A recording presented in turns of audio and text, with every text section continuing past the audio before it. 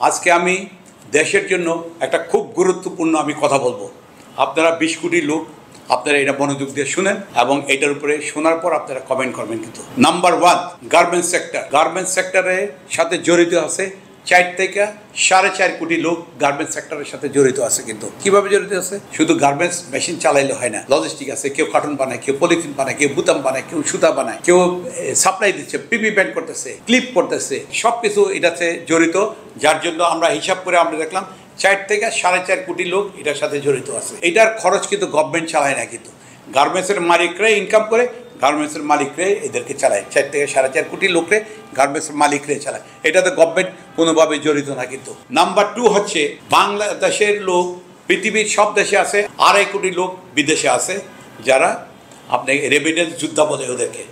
America বলেন, Europe বলেন, British বলেন, সিঙ্গাপুর বলেন, মালয়েশিয়া বলেন, এদেরকে বলা হয় রেমিটেন্স যোদ্ধা। 2.5 কোটি লোক যদি থাকে, ওদের সাথে আছে ওদের বউ, তাহলে 5 কোটি হয়ে গেছে। ওদের ছেলে মেয়ে আছে, রেমিটেন্স যোদ্ধাদের সাথে জড়িত আছে মিনিমাম 8 কোটি লোক। 8 কোটি আর 4.5 কোটি, 8 4 12, 12.5 13 কোটি লোক গার্মেন্টস আর রেমিটেন্স যোদ্ধাদের সাথে জড়িত আছে। আচ্ছা, এবার আসেন এই দুইটা সেক্টরকে খুব ইম্পর্টেন্স দিতে হবে, খুব গুরুত্ব দিতে হবে, কিন্তু এই দুইটা সেক্টরকে, আর কোনো সেক্টর গুরুত্ব না দিলেও চলবে। কিন্তু 3 নম্বর হচ্ছে আমাদের চিটাং পোর্ট থেকে আমাদের যথেষ্ট পর্যাপ্ত পরিমাণ আমাদের আপনার ইনকাম হয়, ট্যাক্স আসে, হাজার হাজার কোটি টাকা চিটাং পোর্ট থেকে আমাদের আয় হয়। কিন্তু চিটাং পোর্টটাকে আমি অনুরোধ করব, এই 20 কোটি লোকের চিটাং পোর্টের বাইরে কোনো অফিস থাকতে পারবে না। কোনো কাস্টমস, কোনো NBR, finance minister, commerce minister এইগুলোর সাথে কোনোভাবে ইনভলভ থাকতে পারবে না। চিটাং পোর্টে একটা অফিস হবে, পোর্টের ভিতরে একটা অফিস হবে। সকালে মাল আসবে, দুপুরে ছুটবে, দুপুরে মাল আসবে, বিকালে ছুটবে। ওরা ট্যাক্স দেবে, টাকা দেবে, ছুটে গেল। তাহলে আমাদের তো কোনো কিছুই লাগে না। কিন্তু এরপর আমি বলতে চাই যে ফিলিপিন ডেভেলপ করছে আপনার এগ্রিকালচারের উপরে। 60-র পর থেকে ফিলিপিনের লোকরা এই এগ্রিকালচারের উপরে উঠা পড়া লাগছে। দেখেন ফিলিপিনের পুরো ওয়ার্ল্ড ওরা জয় করছে ফিলিপিনি শাকসবজি এগ্রিকালচারের উপরে। পৃথিবীর সবচেয়ে বড় এক্সপোর্টার হচ্ছে ব্যাংকক। এরা কীভাবে এগ্রিকালচার ডেভেলপ করে বলেছে কোভিডের ভিতরে। ওদের এমন কোনো জিনিস নাই যে আমেরিকাতে, ইউরোপে না পাওয়া যায়।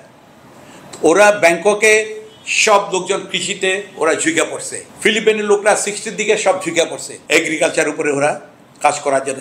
সবাই গ্রামে গঞ্জে চলে যাবে। যত বেশি ডিপার্টমেন্ট হবে, যত বেশি মিনিস্ট্রি হবে, অত বেশি ঘোষের আঁকড়া, দুর্নীতির আঁকড়া। গত 54 বছর আমরা চেষ্টা করছি, এটা বন্ধ করতে পারি না। দুর্নীতি, ঘোষ, এগুলা রাহাজানি, আমরা এগুলো বন্ধ করতে পারি না।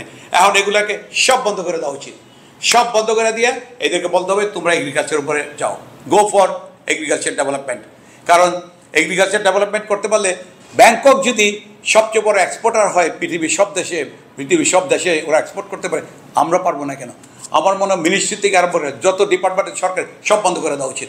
আমরা বসায় ওদেরকে খাওয়াবো। কিন্তু আমরা বসায় কে খাওয়াবে? রেমিটেন্স যোদ্ধার টাকা দিয়ে খাওয়াবে।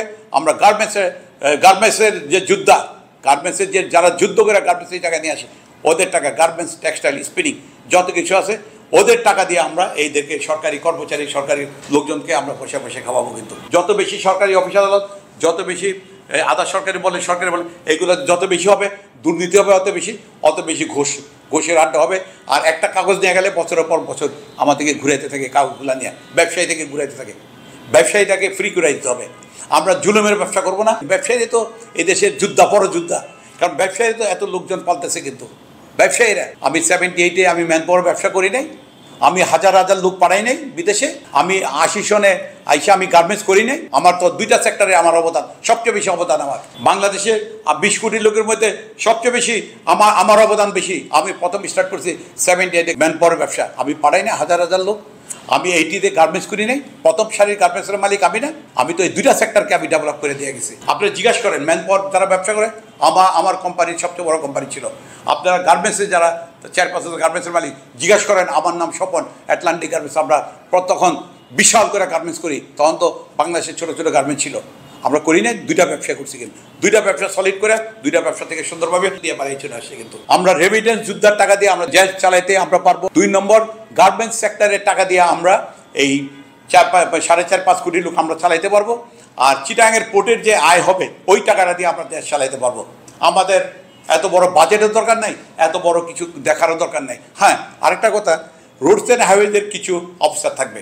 শুধু রাস্তাঘাটগুলো রিপেয়ারিং করার জন্য, ছোট ছোট অংশ রোডস অ্যান্ড হাইওয়েজ রাখতে হবে শুধু রাস্তাঘাটগুলো রিপেয়ার করার জন্য, আর কিছু না। নাম্বার 1 গেল manpower, number 2 garments sector, number 3 port, number 4 হলো আপনার এগ্রিকালচারের উপরে সবাইকে এগ্রিকালচার ডেভেলপমেন্ট করার জন্য আপনি গ্রামে-গঞ্জে সবাইকে পাঠিয়ে দেন, সরকারি বলেন আধা সরকারি সব অফিসারদের পাঠিয়ে দেন এগ্রিকালচার। 5 নম্বর হবে আমাদের কি রোডস অ্যান্ড হাইওয়েজকে রাখতে হবে, নট এত বড় সরবভাবে রাখা যাবে না, কিন্তু এই জায়গায় সবচেয়ে বাংলাদেশের সবচেয়ে বড় দুর্নীতি হয় কিন্তু রোডস অ্যান্ড হাইওয়েজে, এইটাকে রাখতে হবে কারণ রাস্তাঘাট পরিষ্কার রাখতে হবে।